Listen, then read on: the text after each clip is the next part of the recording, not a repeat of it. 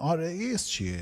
شما یه الک رو تصور کنید. الک دونه هایی رو که ریزتر از سوراخ‌های الکی از خودش عبور میده. بزرگا درشت‌ها رو نگر میداره. وقتی من روزنامه میخونم بسته به این که من چه ذهنی دارم به روزنامه نگاه میکنم. بعضیا فقط ببینن که کی مرده، بعضیا میرن دنبال مناقضه ها و مضاربه ها. این RAS مغز تو قفله. یادم سالها پیش یه جوانی اومد، بذار یه سوالی دارم ازت، من میخوام ازدواج کنم ولی دختر خوب نیست. گفتم که راست میگی. تو خیابون که بودیم گفتم که پرایدای توی این خیابون این ور و این ور بشمار.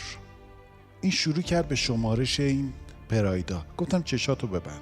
چشاشو بس. گفتم چند تا 206 دیدی؟ گفت اصلا ندیدم، فقط پرایدا رو شمردم. گفتم حالا چشاتو باز کن. دقیقاً 2 تا ماشین 206 روبروش بود ولی ندید. وقتی یه نفر ذهنش قفله روی یک پروسه‌ای چیز دیگه رو نمی‌بینه.